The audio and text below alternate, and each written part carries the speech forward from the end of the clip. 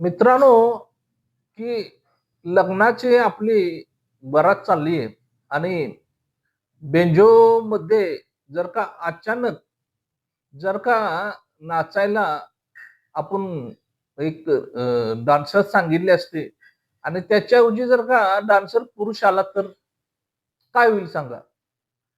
आणि अशी जर का घटना जर का तुमच्या बाबतीत जर का किंवा तुम्ही कुठे बघितली असेल, तर असे झाले असेल, तर त्याची मला जरूर माहिती सांगा.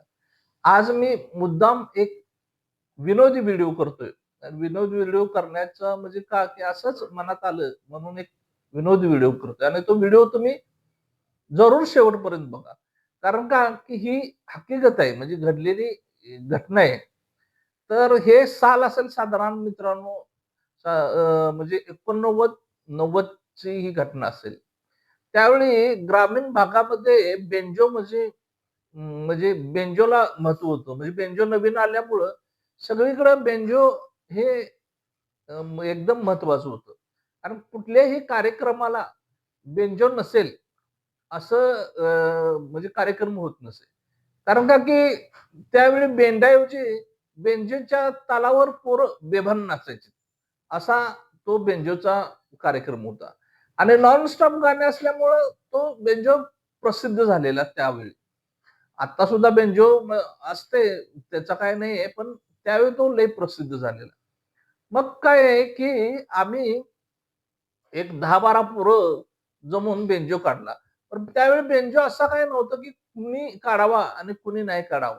त्यामध्ये सगळ्या जाती धर्माची किंवा सगळी पोरं असायची बेंजो काढायला. ज्यांना हौशी असायची ती बेंजो काढायला बेंजोला असायचे. त्यामुळं आम्ही काय केलं, की 10-12 जणांनी मिळून एक बेंजो काढला आणि बेंजो काढला आणि अल्पावधीतच आमच्या भागामध्ये बेंजो फार प्रसिद्ध झाला. आता आम्ही सगळी त्यावेळी त्यावेळी साधारण 15-16 वर्षाची आम्ही 16 वर्षाची सगळी आम्ही पोरं असेल. त्यात मी त्या बेंजोचा सगळ्यात म्होरक्या. कारण का, की माझे सगळं ऐकायचे त्यामुळं बेंजोचा म्होरक्या मी. आणि आमच्यामध्ये एक 3 माणसं वयस्क होती. म्हणजे आमच्यामध्ये एक जाणारा बुलबुल, बुलबुल म्हणजे ते कॅशिओ जो वाजवायचा, कॅशिओ नव्हता त्यावेळी आमच्याकडे. ते बुलबुल होतं, बुलबुल म्हणजे ते हातानं वाजवायचं असते ते. तर ते बुलबुल वाजवणारे आमच्याकडे एक वयस्क व्यक्ती होते आणि असे एक आमचा एक मामा म्हणून एक मामा एक आमचा होता. असे म्हणजे मामा म्हणायचे त्याला मामा आणि आणखी एक व्यक्ती असे 3 व्यक्ती आमच्याकडं त्या वयस्क होत्या आणि त्या 3 व्यक्ती सोडल्या, तर बाकीची जी सगळी होती ती तरुण पोरं हौशेनं नुसतं हौस म्हणून त्या बेंजो वाजवायला. नाहीतर त्या बेंजोचा आणि त्या म्हणजे ह्याचा काय त्यांचा काही संबंध नाही. हां, आम्ही पण हौसेमुळं म्हणूनच जायचो. पण ते अल्पावधीत आमचा तो बेंजो आमच्या पूर्ण भागामध्ये प्रसिद्ध झाल्यामुळं आम्ही आपलं ते बेंजोचा म्हणजे त्याचा आम्ही आपला फायदाच घेत होतो. तर मित्रांनो काय झालं तुम्हाला सांगतो म्हणजे सगळ्यात महत्त्वाची गोष्ट तुम्हाला सांगतो, की आजूबाजूला लग्नामध्ये आम्हासनी वरातीच्या सुपाऱ्या असायच्या. दिवसभराचं काय नाही. वरातीच्या सुपाऱ्या आमच्याकडं असायचं. कारण वरातीला नाचायला पोरं असायचे त्यामुळे वरातीच्या सुपाऱ्या आमच्याकडे असायच्या. मग आमच्या भागामध्ये तुम्हाने कडवे म्हणून एक गाव आहे. म्हणजे मलकापूरच्या वरच्या साईडला एक कडवं म्हणून गाव आहे. गाव चांगलं आहे म्हणजे वाडीच आहे, पण मोठं गाव आहे तसं. आणि गाव चांगलं आणि तिथली लोकं मुंबई, पुण्याला वगैरे जास्त आणि मिलिटरीत जास्त. त्यामुळं थोडे पैसेवान लोकं पण तिकडं जास्त. मग आम्हासनी त्या ठिकाणची त्यांना बेंड मिळाला नव्हता. म्हणजे दिवसभर वाजवण्यासाठी जो बेंड असतो, कारण बेंड असायचा त्यावेळी. कारण का काही केळवण आलं, हे आलं, ते आलं, तर त्याच्यासाठी म्हणजे नवरी आणायची असेल किंवा काहीही असेल, तर याच्यासाठी तो बेंड असायचा पूर्वी. आणि आता पण असतोय, पण बेंड असायचा. आणि संध्याकाळी वरातीला काय असायचं, की बेंडाऐवजी तो बेंजो असायचा. पण त्यांना काय झालं होतं, की की आपल्याला त्यांना त्या मुहूर्त जास्त असल्यामुळं त्यावेळी त्यांना काय झालं, की त्यांना तो बेंड मिळाला. आणि बेन मिळालं नसल्यामुळं पर्यायी त्यांनी काय केलं, पर्यायी म्हणून काय केलं, की आमचा बेंजो त्या दिवसभर कार्यक्रमाचा साठी सांगितला. आपल्याला त्याने मानधन पण व्यवस्थित दिलं. रविवारचा दिवस होता, सुट्टीचा दिवस. मग आम्ही पण काय केलं, की आम्ही पण आपलं रविवार असल्यामुळं तो दिवसभर आम्ही तो दिवसभराचा सुपारीचा कार्यक्रम घेतला. आम्ही सकाळी गेलो. सकाळी आपले नेहमीनुसार आपले की तिथं सुरुवात केली. आमच्यात काय कोण दारू पिणारे कोण नव्हते. कारण पोरं असल्यामुळे दारू पिणारे कोण नव्हते. पण आमचे ते 3 बहाद्दर होते, जरा वयस्कर. ते थोडे-थोडे टॉनिक लावणारी होती. मग मिलिटरी मॅन म्हटल्यानंतर त्यांना थोडं-थोडं टॉनिक मिळाल्यावर त्यांनी आणि काही जोरात त्यांना म्हणजे दारू जरी प्याली तर लक्षात घ्या मित्रांनो, दारू जो पितो या असल्या कार्यक्रमात त्याच्या अंगात जोश येतो जास्त. म्हणजे दारू पिणाऱ्याच्या अंगात येतो, जोश येतो. तसा यांच्या अंगामध्ये काय झाले, की दारू पिल्यामुळे यांच्या अंगात जोश येतो. जोश येत होता. पण सगळं ठीक-ठाक होतं. लग्न झालं लग्न झालं आणि साधारण मला वाटते 3च्या दरम्यान जसं 3, 3:30च्या दरम्यान असेल, तर त्या नवऱ्या मुलग्याचा भाऊ मिलिटरीत होता. आणि मिलिटरी मॅन म्हणजे तुम्हाला माहितीच आहे, की ते कुणाचे काय ऐकत नाहीत. आणि पैसे असले तर ते अजिबातच ऐकत नाहीत. अशातला तो त्यांचा विषय होता. तो मिलिटरी मॅन आणि 2-3 पोरं आली आणि आम्ही आपलं बसलो होतो. आम्हाला बसायला एक खोली दिलेली. आम्ही आपल्या त्या खोलीमध्ये आपलं निवांतपणे आपले बसलेलो. काय काम करायचं म्हणून बसलेलो. तर ते आले म्हणले, "ए, तुमचा मालक कोण आहे रे?" आता मालक कोण आहे? आमच्यात मालक तसं कोणच नव्हतं. कारण का आम्ही सगळेजण असं हौशी असल्यामुळे मालक कुठले काय कोण आले. तर मी म्हणले, "मी मालक."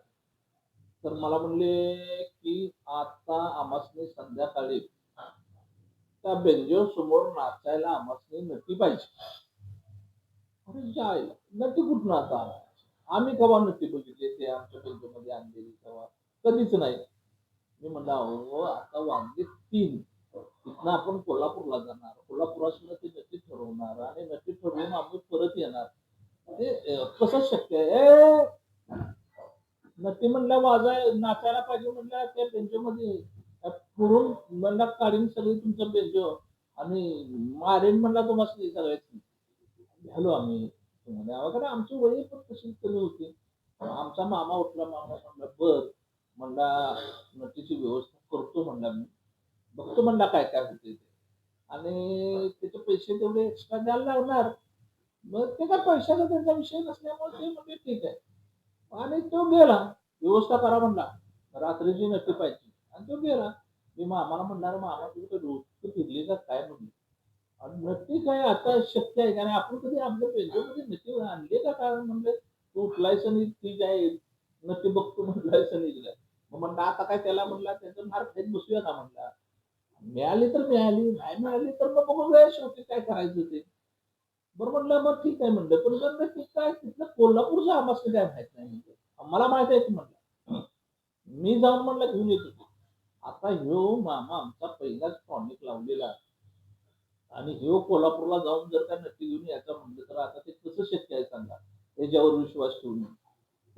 तरी पण आता आम्ही नाविलाजावस्तो म्हणून म्हणलं, की त्याला आपले काही ठराविक पैसे दिले आणि म्हणलं, "मामा तू जा." पण म्हणलं, की आठवणीने तेवढी ती घेऊन ये म्हणलं. नाहीतर तिथं आम्हाला मार खाल्ल्याशिवाय म्हणलं पर्याय नाही. नाहीतर कमीत कमी असं तरी कर म्हणलं, तू पण ये. म्हणजे आमच्याबरोबर तुला पण जरा 4 बसले म्हणजे तुला पण जरा बरं बरं वाटेल. म्हणला, "गप बस" म्हणला. "काय म्हणला मारतात" म्हणला, "हे" म्हणला. "असे लय बघितलेत मी" म्हणला. "मामा असा बोलायचा रेटूनच" म्हणलं. मग म्हणलं, "बरं झालं." मामा आपला उठला, पैसे घेतले आणि मामा आपला सरळ मलकापूरच्या वाटेला लागला. कारण मलकापूर स्टँड होतं. मलकापूर स्टँडवरून मग आपल्याला ते कोल्हापूरला जायचं होतं. आता ते आणणार म्हणल्यानंतर सगळी जरा म्हणजे खुश झालीत म्हणजे ते आणल्यावर म्हणल्यानंतर. आणि मग मामा आपला आमच्या बाहेर पडला आणि मलकापूरला निघाला. जाताना बघा आता बहादर कसा, की जाताना आपला हे घे, ते घे. ते अरे मी म्हटलं, "मामा हे कशाला सगळं घेऊन आता निघालायस? काय तू यायचा तुझा काही परत विषय आहे का नाही?" नाही, नाही म्हणला, "मी येणार की." बघ की म्हणला, "मी इतर बरातीच्या अगोदर इथं हजर असलो म्हणजे बास नव्ह तुला." मग म्हणलं, "ठीक आहे." म्हणलं. आता आमचा मामा किती हुशार आहे ना. मलकापुरातनं तो डायरेक्ट कोल्हापूरला जाईल की नाही. आता ह्याच्याकडे पैसे-बिसे सगळे दिलेले आहेत. तो गावात म्हणजे साव्यात गेला आणि जाताना इथलं जे काही ते साहित्य होतं म्हणजे लग्नातलं, ते घेऊन गेलाय आणि तिथं ते घरात साहित्य घेऊन गेलाय. आता याला काय आता काय म्हणजे त्याच्यापुढे डोकं फोडायचं काय? तो घरात गेला, तर त्या मामाचा आमच्या भाचा 32 शिराळ्याचा भाचा. तर भाचा नेमका मामाचा काय झालं होतं, की सहाव्याला आला होता. मग आपलं त्यांचं त्यांचं काय काय त्यांचं दोघांचं ठरलं असेल काहीतरी आणि मामाने काय केलं, की त्या भाच्याला घेतला आणि दोघं जण कोल्हापूरला गेले. आता दोघं जण कोल्हापूरला गेले, तर असं काय आहे आता म्हणजे बोलायचं बघा. काम एकट्याचं वाजले किती आणि दोघं जण कोल्हापूरला. मग कोल्हापूरला दोघं जण गेले. मी तुम्हाला सांगतो, की मी त्या बेंजोचा म्होरक्या. मला म्हणजे चैन पडेना. का? जर का नक्की जर नाही आणली, तर मार खायची पाळी. बरं गाव लांब, तिथे यायचं म्हणजे पण अवघड. अशी आमची परिस्थिती. सगळं डोळं माझं त्या त्या रस्त्याच्या वाटेला. मी आपल्या त्या रस्त्याच्या वाटेला बसलेलो. बाकी सगळे आपले असं सगळ्यांचं काम चालू होतं. शेवटी मला राहवलं नाही. मी काय केलं आमच्यातल्या एकाला म्हणलं, की "बाबा तू काय कर" म्हणलं, "तू आता मलकापूरच्या स्टँडवर जा आणि जर का वेळ झाला, तर त्यांना आपलं तू मामा काय सुधीत असला नसला तरी आपला तू व्यवस्थित त्यांना मामाला तिकडे घेऊन तू आपला ये. पण तू आपला काय कर मलकापूरच्या स्टँडवर जा." आता नथीला आणायला म्हणजे जाणार म्हटल्यानंतर ह्यो पण गडी लगेच तयार झाला, की नाहीतर मलकापूरला चालत कोण जाईल हो? मलकापूर चालत जायचं म्हणजे लई लांब. आणि पाय वाटेनं जायचं मलकापूरला चालत. ही जातील कशी?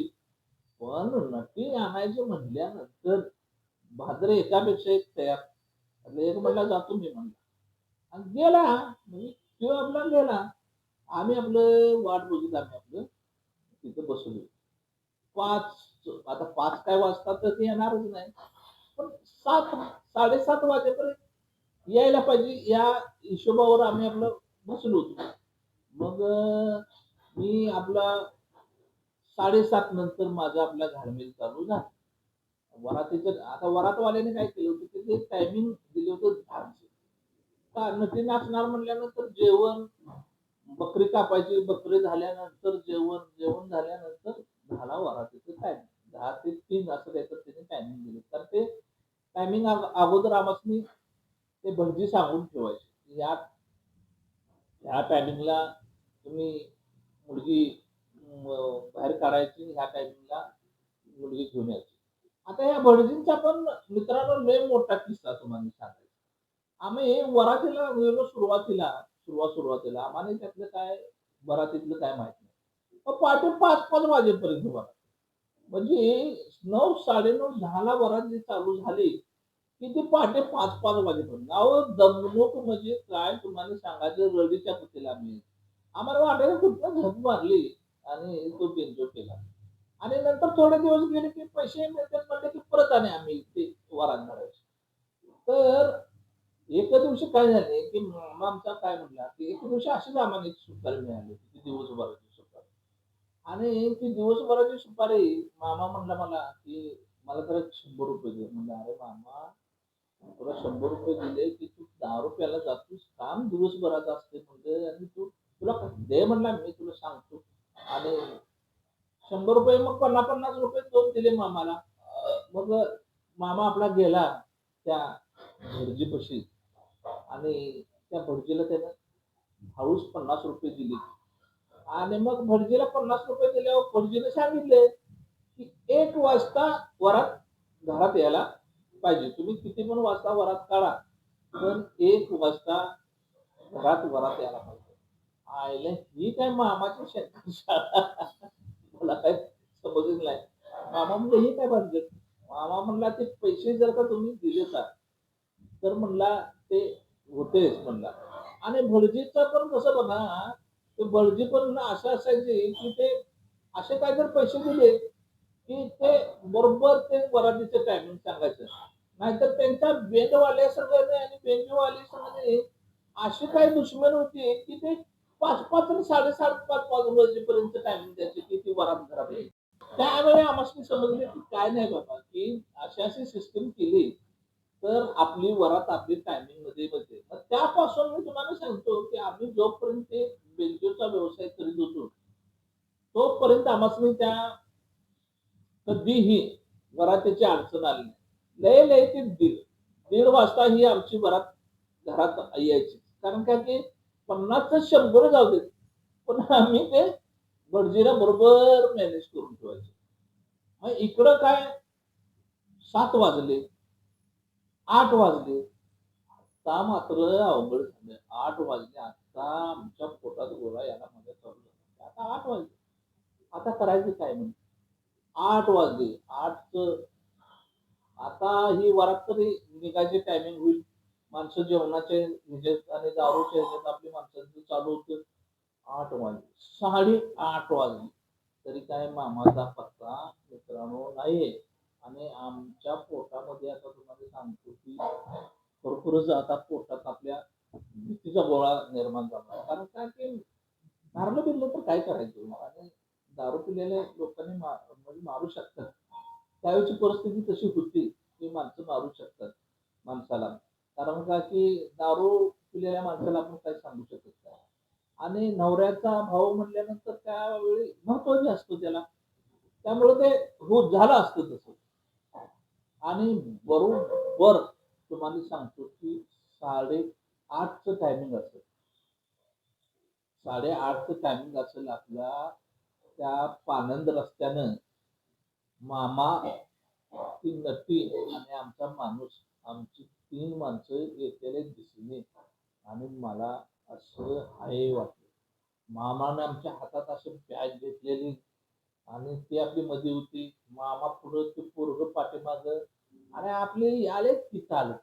आल्या-आल्या काय झाले मित्रांनो, की त्यांनी ते आमची जी खोली आहे, ती खोली 2 खोल्या होत्या त्यांनी म्हणजे जिथं आम्ही राहायचो तिथे 2 खोल्या होत्या. हां, तिथं कोणच राहत नव्हतो. आम्ही आपल्या पुढल्या खोलीत होतो, मागे एक खोली. आल्या-आल्या त्या मामानं त्या ज्या नट्टीला आहे की नाही, तिला पाठीमागच्या खोलीत घातले आणि दरवाजा लावला आणि तिला आत काय कडी लावायला सांगितली आणि तिला सांगितलं, की "मी जोपर्यंत सांगित नाही तोपर्यंत कडी काढायची नाही." एकदा मग म्हटलं, "हे काय भानगड?" म्हणलं. आमची सगळी पोरं चेकाळी काय नक्की आली आहे. पण नक्कीला लागली हात नक्की कुणाला बघायला मिळाली आहे. मी मामाला म्हणलं, "हे काय मागं?" मामा म्हणला, "का बस" म्हणला. "इथं म्हणला कसं आहे, की बाजूने येणारी माणसं असतात म्हणला आणि कोणतरी म्हणला उगाच हात लावेल किंवा काहीतरी हे करेल म्हणला. त्यामुळं नक्कीच तुला अजिबात बाहेर काढायचं नाही आणि त्यांची पण कोण आली तर इथनं हे करायचं नाही" म्हणले. मग मी म्हटलं, "ठीक आहे, आता आमचा काय विषय आहे?" आणि मला म्हणला, "आता जरा काय कर, चल जरा, जरा तुझ्याकडे काम आहे, आपण जरा बाहेर जाऊन येऊया." मी म्हटलं, "मामा, आता वरातीचं टायमिंग आहे. आता ही नक्की आणली आहे आणि आता कुठं बाहेर जाऊया?" तर काय तुम्हाला मित्रांनो सांगतो, की आमचं जे बुलबुल वाजवणारा होता, जो आमचा, तो जरा रंगेल होता. पान-बिन खाऊन असं चरचरीत असायचा. रंगेल म्हणजे रंगेल. असा शायनर होता. मग तो म्हणला, "जा की" म्हणला. "मी आहे की" म्हणला, "इथं नक्कीकडे बघायला" म्हणला. "आणि जाऊन ये तू काय म्हणतोय बघू दे." अरे म्हणलं, "ठीक आहे जातो, पण इथं जरा लक्ष ठेवा." आता त्या तुम्हाला सांगतो त्याच्यात आला एक किस्सा, की चहा आणला. मग ते आले म्हणल्यावर लगेच आमच्या तिथल्या पोराने चहा करून आणून दिला. मग चहा देताना पण तिचा हात असा बाहेर काढला तिने आणि चहा असा घेतला. हाय! आमची सगळी फिदा त्या हातावर. नक्कीचा हात बघायला म्हणजे अशी खुळी झाली सगळी. मामा म्हणते मला, "चल जरा जाऊन येऊया." मग आम्हाला म्हणले, "मामा अरे आता जायची वेळ नाही. आता वरातीची" "नाही, नाही" म्हणला, "तुझ्यासंग मला बोलायचं आहे" म्हणला. "चल" म्हणलं. "अरे" म्हणलं, "मामा आता माझ्यासंग काय बोलणार?" म्हणलं. "नक्की आणले, सगळे झाले आणि आता ह्यो आता परत मामा माझ्यासंग बोलणार काय?" तरी पण मी म्हणलं, "चल." आमचा तो बुलबुलवाला म्हणला, "मी बसतो इथं. तुझ्या इथं कुणाला सोडित नाही" म्हणला, "तू काळजी करू नको." मी इथं बसतो म्हणला, तुम्ही दोघं जण जाऊन या. आम्ही दोघं जण आपलं उठलो आणि आम्ही आपलं गेलो. तर नेमकं बघा आम्हाला तिथे दारू कुठे मिळते, दारूचं गुत्त कुठं आहे, हे सगळं आम्हाला परफेक्ट माहिती. तो मामा आम्हासनी घेतला मला करून आणि त्या दारूच्या गुत्त्या शेजारी गेला. आणि दारूच्या गुत्त्या शेजारी गेल्यानंतर मला म्हणला, ₹50 दे. अरे म्हणलं, "मामा ती देतील की माणसं दारू. तू आता कशाला?" "दे" म्हणला ₹50. महत्वाचं काहीतरी सांगायचंय. मग मग आपलं मी दिले ₹50. म्हणजे पैशाचा आमचा काही तसा विषय नव्हता. मग पैसे घेतले मामाने आणि मामा गेला. एक क्वार्टर घेऊन आला. त्यातले अर्धे क्वार्टर आपण मामाचे आला. आणि मामा म्हणला, "बस." आम्ही दोघे एका कट्ट्यावर बसलो. म्हणला, "काय झालं तुला सांगू?" "काय झालं?" "कोल्हापूरला" म्हणलं, "आम्ही गेलो." पण कोल्हापुरात आम्हासनी कुठंही नक्की मिळाली नाही. सगळा तो डोंगरवाडा म्हणला जायचा लागला. आज सुपारी जास्त असल्यामुळं कुठेही आपल्याला नक्की मिळाली नाही. अरे मग हे ही कुठून आणलीस म्हणतो. आम्हाला कुठली म्हणला नक्की म्हणला, ते आमचं 32 वेळाचं म्हणला भाचं म्हणला आलं होतं म्हणला. ते तुला माहिती आहे ना गं? मग ते ते पोरगं कायम यायचं हो. आमच्या बरोबर असायचं कायम. ते जरासं देखणं, चिकणं असं म्हणजे गोंडस होतं दिसायला. म्हणला त्याला म्हणला त्या दिवशी सगळ्यात क्लिअर मारून म्हणला त्याला घेऊन म्हणला साडी नेसून घेऊन आला. आईला बोंबाललं म्हणलं. ही मार खायच्या वरली मामानं स्कीम म्हणली लावली म्हणलं आता आता म्हणलं. मामा म्हणला, "अरे माझं म्हणलं हे असं कसं चालेल?" म्हणलं. "काय चालायला होते?" आता म्हणला, "काय करू?" म्हणला. संपूर्ण म्हणला कोल्हापुरात 3-4 ठिकाणी ज्या ठिकाणी मिळते, त्या ठिकाणी म्हणला सगळीकडे बघितलं. पण कुठं म्हणला ते सुपाऱ्या जास्त, त्यामुळे नाचायला कोण काही यायला तयार नाही आणि एवढ्या वेळानं आपण गेलोय म्हणला. त्यांच्याबरोबर येणारी ती एखादी बाई, मावशी-बिवशी कोण असते ती तरी यायला पाहिजे म्हणला. अरे ती पण कोण नाही म्हणला. त्यामुळं म्हणला आम्हाला तिथं काय मिळालं नाही. शेवटी काय म्हणला, की ह्यालाच सांगितलं, की असं-असं करूया. म्हणला गेलो परत गावात म्हणला. सहाव्यात परत गेलो. सहाव्यात म्हणला घरातली चांगली साडी म्हणला काढली म्हणला आणि त्याला म्हणला सगळं म्हणला केले. म्हणजे साडी-बिडी नेसवली आणि आता त्याला घेऊन आलो. आणि आता म्हणला फक्त मी सांगतोय तसं तू करायचं. आता म्हणलं मार फक्त खायचा नाही. एवढं तू म्हणलं काय पण सांग म्हणलं. बाकी म्हणलं मी सगळं करायला तयार आहे. फक्त माराची जेवढी गोष्ट आहे, तेवढी होता कामा नये. तेवढं तेवढं तू जर का हे केलंस म्हणले, तर तू जे मामा म्हणलं सांगशील ते करायला मी तयार आहे. म्हणला की बेंचोला म्हणला की अशा पद्धतीचं रिंगण तयार करायचं आणि त्यामध्ये नाचायला द्यायचं, की लोकांसनी बाहेरच्या तिच्यापर्यंत जाता येता कामा नये. बरं म्हणलं. म्हणलं, "अरे मामा दारू पिलेली लोकं जाणारच की." "नाही, नाही."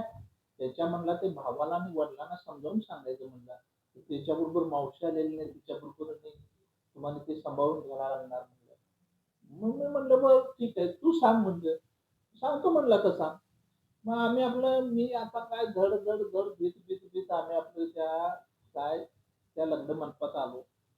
तिच्या भावाला एका ठिकाणी त्याचा भाऊ आणि वडीलच बोलत उभा राहिलेले. आम्ही त्या ठिकाणी गेलो. त्याला म्हणलं, "काका," म्हणलं, "मालक, ही जी नाची आणली आहे, त्या नाचीबरोबर नेहमी मावशी असते आणि त्यांची ती सिक्युरिटी असते. पण आज ती त्यांची मावशी नसल्यामुळं ती एकटीच आहे आणि आम्ही कशी-कशी आणली ते आम्हाला माहीत. त्यामुळे तुम्ही आम्हाला सहकार्य करायला पाहिजे, की की त्या नाचीच्या शेजारी नाचायला तेवढं तुम्ही तिथं आणायला नाही पाहिजे. पुढं नाचायला आणले तरी चालते, मागं नाचली तरी चालते, पण तुझ्या नाचीच्या बरोबर नाचायला नाही पाहिजे. आणि तुमचा कोण नाचणार आहे की नाही, एखादं चांगलं नाचणार किंवा नाचणार आहे, त्याला काय करायचं तर त्याच्याबरोबर नाचू दे, पण एक जण नाचू दे. असं सगळे जर का घोळक्याने नाचला तर आम्हाला ते म्हणजे अडवता येणार नाही. आणि बाई माणूस आहे, बाई माणसाच्या अंगाला हात-बीत लागला तर ते उद्या तिथे कोल्हापुरात आम्हाला तिथं सोडायला जाताना आम्हाला अवघड होतं. त्यामुळे तेवढी मला तुम्ही कृपा करून ती दक्षता तुम्ही घ्यायला पाहिजे. मग ते मालक हे म्हणले, की तिचे वडील म्हणले, "अरे तेवढंच नका. ते आम्ही बघतो त्याची काय तुम्ही काळजी करू नका." कुणाला त्याला त्या लगेच मुलग्याला सांगितलं, "ए कुणाला दारुड्याला तुझ्याबरोबर नाचायला हे सुटशील बरं का." नाही, नाही, दारुडे म्हणले नसू दे. दारुड्यांचा आमचा काही विषय नाही. पण ना तिथं जवळ नको. काय असते, दारुड्यांना ते बाई आहे का पुरुष आहे ते काही समजत नाही. चांगल्या माणसाला समजते. त्यामुळे दारुडे नाचले तर आम्हासनी काही फरक पडायची संबंध नव्हता. अहो दारुडे नाचू दे म्हणते. दारुड्यांना आमचा काही संबंध येत नाही. मग झालं, की जेवण झालं, सगळं झालं आणि वरात झुकली. आम्ही आपली वरातीत आमचा तो गाडा म्हणजे गाडा असायचा पहिला. हाताने ढकलायचा 4 चाकी गाडा. त्याच्यावर आम्ही सगळे खेळलो. आम्ही आपल्या एका बाजूनं वरांडलो. ते आमचा बुलबुलवाला म्हणजे पाठीमागे असायचा नेहमी. तो पुढं उभा राहिलाय. अरे त्याला म्हटलं, "तू पुढं का उभा राहिलायस रे?" म्हटलं. "अरे तू पाठीमागं म्हटलं ऊन वाजवशील, जागा व्यवस्थित ठेवशील, का तू पुढं." म्हणलं, "ए," म्हणला, "दारू प्यायला होता." "मागं अजून उभा राहणार नाही मी," म्हणलं, "अजिबात," म्हणला. "मी पुढं उभा राहणार," म्हणला. "मग ती कसं म्हणला वाजवतो," म्हणला. "अरे कसं वाजवायचं तसं वाजव," म्हणलं, "पण पाठीमागं उभा राहा." "नाही, नाही," म्हणला. "पाठीमागं कसं उभा राहता येतं?" म्हणला. "पाठीमागं ही," म्हणला, "तुम्ही सगळी ओळखा केल्यावर पाठीमागं उभा राहायचं." मी म्हणला पुढंच उभा राहणार. आता काय ह्याच्या पुढे म्हणलं बोंबलायचे. ह्यो पाकच म्हणलं गडी घायला आलाय म्हणलं त्याला काय करायचं म्हणलं. बाबा पुढे तर तू पुढं उभा राहा. मग ते पुढं उभा राहिला.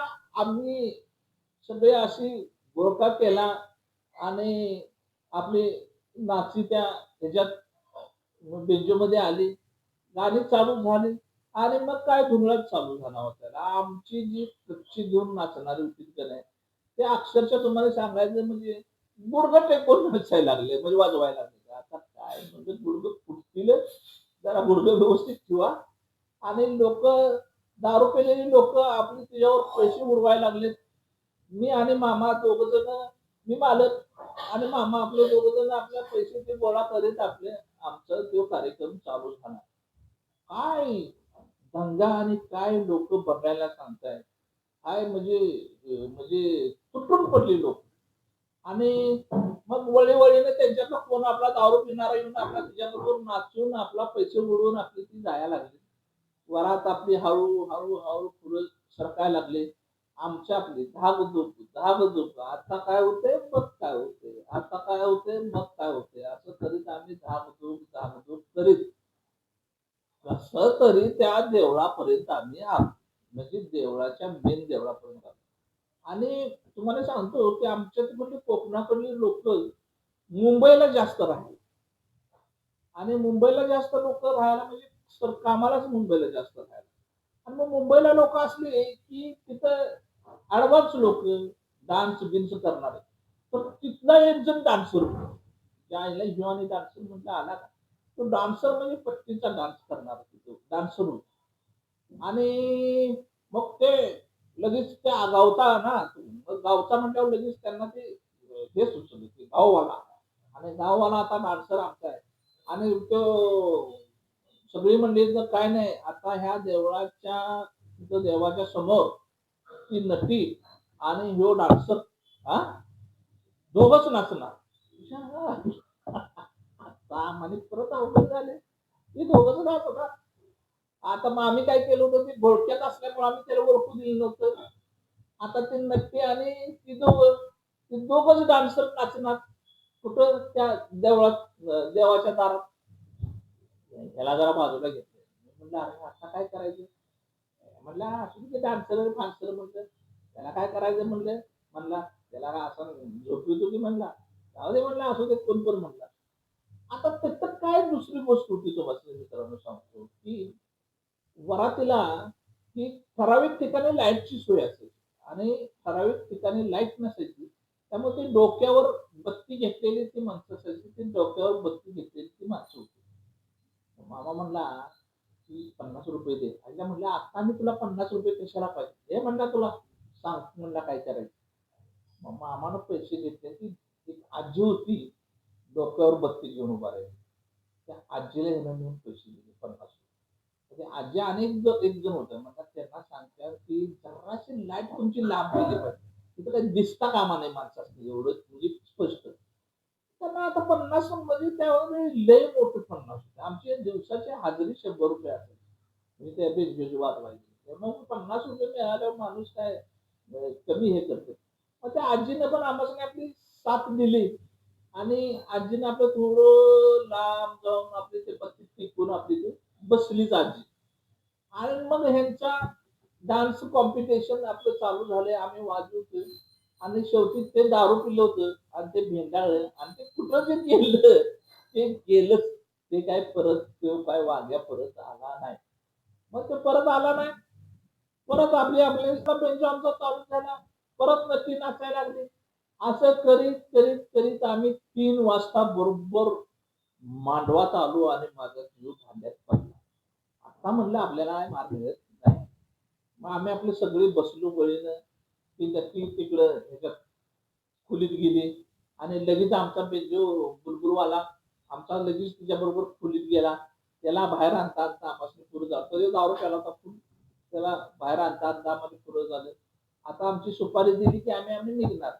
पण तिथं माणसं आम्ही पहिल्यांदा माझ्या आयुष्यात बघितली असेल एवढी चांगली माणसं. त्याने आम्हासनी आता वेळ झालाय म्हणले, जरा चहा घ्या. मग आम्हाला पहिलं तिथनं बाहेर पडायचं म्हणजे केव्हा बाहेर पडेन असं झालेलं. आणि त्याच्यात चहा घ्या म्हणल्या आणि मग सगळेच म्हणले, "नाही, नाही चहा घ्यायचा." आता त्या सगळ्यांना काहीच माहीत नव्हतं हो, की काय झालंय आणि काय नाही. त्यामुळे त्यांना चहा पाहिजे म्हटल्यावर आम्ही आपलं चहा प्यायलो. त्यांनी आमची सुपारी दिली. आता आम्ही निघालो. आम्ही निघाल्यावर लगेच तो आमचा बुलबुल वाला उठला म्हणला, "ए!" म्हणला, "तुला काय समजतंय का नाही?" तुझ्या आईला म्हणलं, "ह्यो का मला म्हणलं अचानकच बडबडायला लागलाय. तुला समजतंय का नाही?" म्हणला. रात्री इंदाची वेळ आणि बाया माणसाला म्हणला चालवीत घेऊन निघालाय म्हणला मलकापूरला या वाटेनं म्हणला आणि वाटेत काय झालं तर अरे वाटेत काय होऊयाला आम्ही 10-12 जण आणि त्याच्यात ती म्हणलं बाई तिला काय वाटत काय होते म्हणलं. "नाही, नाही, नाही," म्हणला. "तिला काय होतंय म्हणजे तुझी काळजी घ्यायला नको होय," म्हणला. "जाणार नाही," म्हणला ती इथनं. "आता जाणार नाही म्हणजे काय?" म्हणलं. "पुढचं नाहीच काय?" म्हणलं. म्हणजे तुला जास्त झाली आहे चल. "ए चल कुठं?" म्हणला. "काय?" म्हणला. "आम्ही शिवाय द्यायला लागलो." मामाच्या आमच्या लक्षात आले त्याची आयडिया काय होती. मामा म्हणला, "अरे," म्हणला, "त्या हिला इथं राहायचं आहे. तिला इथं ठेवून घेऊन गेला इथं तुझ्याबरोबर राहायचं आहे," म्हणला. म्हणून ते म्हणलं तसं म्हणायला लागलं. यायला म्हणलं मोबाईलला म्हणलं थांब म्हणलं एक प्रकार थोडा म्हणलं आत्ताच याला भूक आली वाटतं. म्हणला आज तिला इथं राहू दे आणि तिच्याबरोबर मी म्हणला इथं राहतो आणि सकाळी आम्ही वाटेनं येतो. मग ते आपलं हे म्हणलं, की "असू दे, राहू दे," म्हणला, "मामा त्याची किंमतच करतो," म्हणला, "रात्रीची," म्हणला. "तुम्ही जावा." पहाटे 4 म्हणजे वाजलेले 3. 5 वाजेपर्यंत म्हणला सांगत राहील मी. म्हणलं, "बघा नाहीतर सगळं म्हणलं अवघड करशील. तू मार खाशील. आम्ही आता इथनं जाणार म्हणलं. तर तुम्ही दोघं मार खाशील म्हणलं. "नाही मार खायत" म्हणला. "जाऊ दे" म्हणला, "तुम्ही जावा" म्हणलं. मग काय आम्ही आपला गेलो त्या घर मालकाच्याकडे. म्हटलं, "मालक काय झालं?" की आता वेळ झालाय आणि बाया माणसाला आता इथनं मलकापुरापर्यंत नेणं अवघड आहे. त्यामुळं आम्हासनी जरा हातरायचं, कामरायचं काहीतरी जर का सोय झाली, तर आजच्या दिवस ते इथं राहतील आणि उद्या सकाळी ते लवकर येतील. ते म्हणले, "ठीक आहे, आता त्याच्यात काय आहे?" म्हणजे. "मस्त देतो." मग त्याने एक पोतं आणि एक चादर दिली आणि राहू देत म्हणले ते. मग मामा म्हणते, "थांब, गडबड करशील मला" म्हणते. "तिथं आधी सगळं हातरा-बितराची सगळी व्यवस्था करूया आणि मग आपण निघूया. नाहीतर तू जाशील आणि इकडे सगळे आपले भांडण-फोड होईल." मी म्हटलं, "मामा तसं कसं मी म्हणलं मी करीन?" म्हणलं. म्हणलं, "इथनं सगळं आपण निघलो, इथनं म्हणजे इथं सगळं व्यवस्थित झाल्यावरच आपण निघून बाहेर पडायचं." आणि मग त्यांना ते हाताळायची सोय बी आपली आम्ही केली आणि आम्ही आपलं तिथनं कडव्यातनं आपले ढकल गाड्या करीत आम्ही सीधा आपले एक तासभर चालून मलकापुरात आलो. मलकापुरामध्ये विठ्ठलाचं मंदिर मोठं आहे. म्हणजे मलकापूर बाजारपेठेमध्ये आणि तिथला गणपती म्हणजे प्रसिद्ध गणपती मलकापूर. आपल्या भागामध्ये मलकापूरमधला तो गणपती प्रसिद्ध. आम्ही गेलो तर 4चा टायमिंग झालेलं तिथं आणि तिथल्या त्या मंडळाच्या पोरांनी चहा केला होता आणि आम्ही गेल्यानंतर आम्हाला म्हणले, "अहो, काय चहा घेणार आहे काय?" आयला म्हणतो, "देवच पावला, गणपती पावला. आता एवढ्या लांबून आलोय, चहा जर का मिळत असेल तर नको करू" म्हणे. आम्ही म्हणले, "आम्ही घेणार की चहा" आणि झालं. आम्ही काय केलं की तिथं आपलं जरा चहा प्यालो. मस्तपैकी तिथं जरासं फ्रेश झालो. जरा बरं वाटलं. देवाचं दर्शन घेतलं आणि रस्त्यावर येऊन उभा राहिलो. कारण का एसटी तर त्यावेळी आम्हाला मिळणं शक्य नव्हतं. त्यामुळं एखादा गाडी आली की आपलं त्याला हात करायचं आणि जायचं. आणि रत्नागिरी मार्गावरून येणारा एक ट्रक आम्हासनी दिसला. ट्रकाला हात केला. आम्ही ट्रकमध्ये सगळेजण बसलो आणि आपलं सरळ व्हाया शहावारी मार्गे आम्ही आपलं सरळ कुठं सावेपर्यंत आम्ही आलो. आता सावे फाट्यापासून सुद्धा साव्यामध्ये चालत जायचं म्हणजे 2 किलोमीटरचा रस्ता. आणि भेंडाळलेलो आम्ही आपला आलो सावे फाट्यावरनं साव्यात आलो. झोपलो. आता कसं आहे त्यावेळी, की आम्ही तरुण पोरं असल्यामुळं झोप कुठली काय आली. झोप काय नसायची आमची. आम्ही आणि सकाळी उठले की आम्हानी संडासला वगैरे जायचं तर वड्याला जायचं. संडास काय बांधलेली नव्हती आम्ही. आम्ही आपले सगळेजण कार्यक्रम करून येऊन आपले त्या ह्याच्या 8 वाजता 8 7:30-8च्या दरम्यान आम्ही आमच्या घराच्या शेजारी एक कट्टा होता. त्या कट्ट्यावर आम्ही सगळे आपले गप्पा मारत बसत होतो. ते अजूनपर्यंत पण आम्ही कोणाला काही बोललो नव्हतो हां.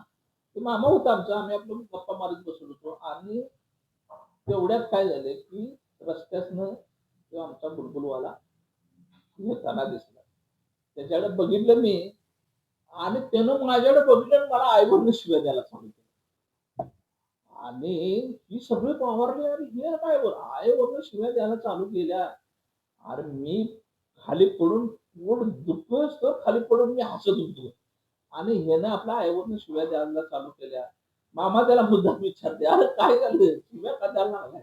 अरे झालं तरी काय? यानं काय केलं? यानं तर तुला सगळं व्यवस्थित करून दिलंय आणि काय झालंय?" आणि पोरं म्हणतात, "आईला बघा रात्रभर चटका मारून आलाय आणि इथं आईवरनं शिव्या द्यायला लागलाय मला. त्या नटीबरोबर रात्रभर चटका मारल्याच्या इथे आता शिव्या द्यायला लागला." तर मामा म्हणला, "त्या नटीच्या ह्याने चटका मारलेला नाही. त्या नटीने ह्याच्यावर चटका मारला." म्हणून ते आईवरनं शिव्या द्यायला लागले. ती म्हणली, "तर काय?" "अरे ते नटी नव्हं आमचं भाचं होतं" म्हणला. आणि ते भाचं आलं आणि एवढे हसून पोटात दुखायची पाळी आली. मामा म्हणला, "आजपासनं मी तुमच्याकडे काय वाजवायला येणार नाही. तुम्ही कुठं जायचं तिकडे जावा, काय करायचं ते तिकडे जावा." मामा लय रागात, कारण मामाचाच कार्यक्रम झाला होता. त्या बाच्यानं बरोबर मामा दारूच्या निशेत होते. मामाचा बाच्यानं त्या कार्यक्रम व्यवस्थितच केला होता. अशी ह्या नक्कीची झाली तुम्हाला सांगायची गत. तिथनं पुढं महिनाभर म्हणजे तुम्हाला सांगतो महिनाभर मामा आमच्या बरोबर वाजवायला येत होता, पण मामा आमच्या संग काय बोलला नाही. आमच्यामध्ये मिक्स झाला नाही, काय नाही. आपलं जाऊन साईडला बसायचं आणि पोरं आपली त्या मामाकडे बसायचं आणि नाचायचे. अरे मारामारी लागेपर्यंत मारा-मारा मारे लागेपर्यंत मामाची आणि त्या पोरांची भांडणं व्हायची. मित्रहो, असा हा आमचा एक मोठा किस्सा त्या बेंजोमधनं झालेला. जर तुमचा काय कसा असा किस्सा काय झालाय का? तुम्ही कुठल्या नटीला काय कधी भेटलाय का काय? अशा नटीला? तर तुम्ही मला निश्चित कळवा. जर का व्हिडिओ तुम्हाला आवडला असेल, हा कॉमेडी व्हिडिओ, तर तुम्ही माझ्या व्हिडिओला सबस्क्राईब करा, लाईक करा, शेअर करा आणि बेंजो तुम्हाला मिळेल, बेंड मिळेल. पण त्याच्यासाठी तुम्हाला ती नटी पण घ्यावी लागेल. अशी जर का कोणाची जर का नक्की घ्यायची तयारी असेल, तर त्यांनी मला कमेंटमध्ये तुम्ही सांगू शकताय. त्यांना ते पोस्ट करायची मी मी जबाबदारी घेतो. आणि मित्रांनो, असे बरेच किस्से असतात गावाकडे घडलेले, की ते किस्से म्हणजे किस्सेच असतात आणि ते आपण हसू की रडू अशा प्रकारचे किस्से असतात. मामाने जो काही घोळ मारला, तो आज माझ्या वयाचं 50 वर्ष म्हणजे माझ्या वयाला 50 वर्ष झाली. त्या 50 वर्षामध्ये जर का माझ्या तो म्हणजे लक्षात जर का हा किस्सा आला, तर मी एकटा जरी असलो, तर एकटा देखील मी हसतो. आज आमचा बुलबुलवाला आहे. बुलबुलवाला आज आमचा काही गेलेला नाही. पण मी सहज जर का केव्हातरी त्याला म्हणलं, की नटीबरोबर राहणार आहेस काय?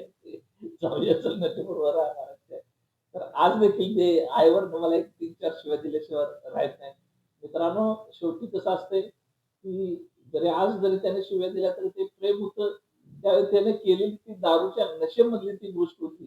तर दारू तुम्हाला काय नशा करायला लावते, याचं हे उत्तम तुम्हाला उदाहरण मी सांगितलंय. तुम्ही देखील अशी काही कॉमेडी केली असेल, नसेल असं मी म्हणणार नाही. अशी काही कॉमेडी केली असेल आणि तुमचा देखील काय असा वेगळा जर का अनुभव असेल, तो अनुभव तुम्ही या व्हिडिओच्या माध्यमातून तुम्ही मला निश्चित शेअर करा. तो मी माझ्या चॅनेलवर म्हणजे लोकांसनी त्याची कॉमेडीची माहिती देईन. असंच आपण भेटूया. धन्यवाद. जय हिंद.